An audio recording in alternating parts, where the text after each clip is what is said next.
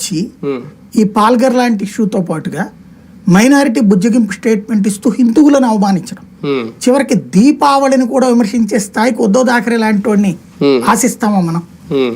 హిందూ వ్యతిరేక స్టేట్మెంట్లు పదే పదే ఇవ్వడం, అయోధ్యకి కూడా పోలా. అయోధ్య అసలు ఆ రోజున బాబర్ కట్టడం కూల్చిన వాళ్ళలో ముందుంది మేమే అని ప్రకటించినోడు, అసలు కూల్చింది మేమే అని ప్రకటించినోడు బాలాసాహెబ్ థాకరే. ఆ రోజున అందరూ బీజేపీని విశ్వ హిందూ పరిషత్ని వీళ్ళని అంటారు, కూల్చింది మేము, వాళ్ళందరూ వెనకాల ఉన్నారు, అసలు కూల్చింది మేము అని ప్రకటించినోడు బాలాసాహెబ్ థాకరే.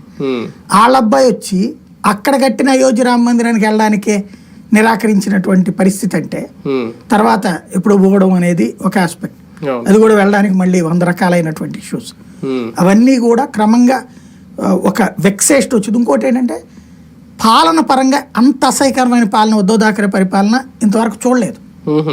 మహారాష్ట్ర అనేటటువంటిది ఫైనాన్షియల్ క్యాపిటల్, అది అలాంటి చోట్ల వ్యాపారవేత్తలు బెదిరించి అంబానీని చంపడానికి కుట్ర పన్నింది ప్రభుత్వంలో ఉన్నటువంటి ఒక సస్పెండ్ అయిన పోలీస్ అధికారి.